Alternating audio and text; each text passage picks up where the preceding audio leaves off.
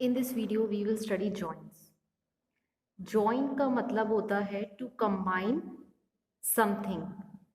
So here in SQL, we will combine two or more tables or relations to get the result. दो या दो से ज़्यादा tables को हम join करेंगे so that we will get the result.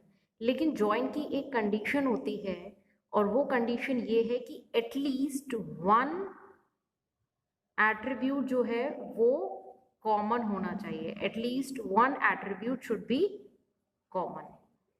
अगर एक भी एट्रीब्यूट कॉमन नहीं होगा दोनों टेबल्स में तो हम ज्वाइनिंग नहीं कर सकते हैं.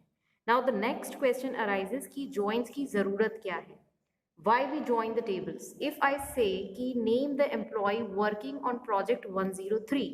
सो for that suppose I take two tables EMP and project. दो टेबल्स लिए मैंने. EMP टेबल के एट्रीब्यूट्स हैं EID, ENAME, सैलरी. प्रोजेक्ट के हैं project number, EID and department. Now इन दोनों टेबल में एक एट्रीब्यूट कॉमन है EID, that is employee ID. अगर एक एट्रीब्यूट कॉमन है तो मैं ज्वाइनिंग कर सकती हूँ. Now if I say name the employee working on project 103, तो मैं अगर सिर्फ इस टेबल से रिजल्ट चाहूँ कि उस एम्प्लॉय का नाम, तो एम्प्लॉय का नाम तो है इस टेबल के अंदर लेकिन प्रोजेक्ट नंबर नहीं है. Project number 103 I can't see here, तो सिर्फ मुझे इस टेबल से रिजल्ट नहीं मिलेगा. अगर मैं सिर्फ यह टेबल देखती हूँ तो इसमें प्रोजेक्ट नंबर तो है 103 लेकिन नाम नहीं है. तो मीन्स की name I will get from the EMP table and project number I will get from the other table. So I will join the tables. तो ज्वाइनिंग हम कई तरीके की पढ़ेंगे. For example, types of joins are Cartesian product or the cross join, inner join, left join, right join and so on. एक एक करके हम सारे joins डिस्कस करेंगे. सबसे पहला है कार्टेशियन प्रोडक्ट या फिर क्रॉस जॉइन. क्रॉस जॉइन के अंदर क्या होता है कि फर्स्ट टेबल की हर रो जो है दूसरी टेबल की हर रो से कंबाइन होगी. That is, each row of the first table will be combined with each row of the second table. This is known as the Cartesian product. Cartesian product की जो table आएगी रिजल्टेंट टेबल, उसमें जो रोज होंगी वो होंगी R1 multiplied by R2. Means R1 is number of rows in the first table, R2 is number of rows in the second table. तो first table में रोज हमारी 5 हैं और सेकेंड टेबल में भी 5 हैं. तो टोटल जो रिजल्टेंट टेबल होगी वो 25 रोज की होगी. एंड जो कॉलम्स होंगे वो होंगे C1 plus C2. C1 is number of columns in the first table, C2 is number of columns in the second table. तो फर्स्ट टेबल के कॉलम से 3, सेकेंड टेबल के कॉलम से 3, दैट इज टोटल 6. तो we will get the resultant table of 25 rows and 6 columns after the Cartesian product. Let us do the Cartesian product और the cross join of the two tables EMP and project. अभी मैंने कहा 6 columns होंगे, 1 2 3 4 5 6, दोनों tables के 6 columns हो गए. Now rows, let us write one by one. EMP table की फर्स्ट रो है 1 रोहित 15,000 और प्रोजेक्ट टेबल की फर्स्ट रो है 101, प्रोजेक्ट नंबर है EID 1 एंड IT. और सेकेंड है 102, 103, 104 एंड 108. तो जो EMP टेबल की फर्स्ट रो है वो सारी रोज से कंबाइन होगी. So let us write the values. 10 employee ID 1, employee name है रोहित, सैलरी है 15,000, प्रोजेक्ट नंबर है 101, employee ID 1 and department is IT. Then again this same row will be combined with the second row. Same row हमने duplicate मतलब values copy कर ली. 1 Rohit 15,000, project number 102, employee ID 2, department HR. Then 103 से combine होगी, 104 से combine होगी और 108 से कंबाइन होगी.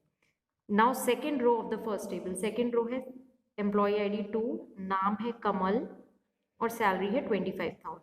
अब ये एक रो 5 रोज से कंबाइन होगी सेकेंड टेबल की, दैट इज प्रोजेक्ट नंबर 101, फिर 102 से, 103 से, 104 एंड 108. इसी तरीके से फिर थर्ड रो जो है दैट इज 3, एम्प्लॉय ID है सिमरन, सैलरी है 35,000, अब ये एक रो बाकी सारी रोज से कंबाइन होगी। ये मैं दूसरे पेज पर कर रही हूँ, दैट इज एम्प्लॉय आईडी 4 और एम्प्लॉय आईडी 4 का नाम है Shilpi. Now let me fill up these values. तो फाइनली ये हमारी कार्टेशियन प्रोडक्ट या क्रॉस प्रोडक्ट से क्रॉस जॉइन की टेबल हमारी रेडी है। इसमें हमारे 6 कॉलम्स है, 1 2 3 4 5 6 एंड 25 रोज हैं। ये हाफ टेबल इधर है and the other half is here. तो फाइनली ये हमारी कार्टेशियन प्रोडक्ट की टेबल आएगी। Now let me write the query कि कार्टेशियन प्रोडक्ट करने के लिए हम एसक्यूएल में क्या क्वेरी लिखेंगे। Select asterisk from EMP comma project. जैसे ही मैं ये लाइन लिखूंगी ऑटोमेटिकली क्या हो जाएगा, कार्टेशियन प्रोडक्ट।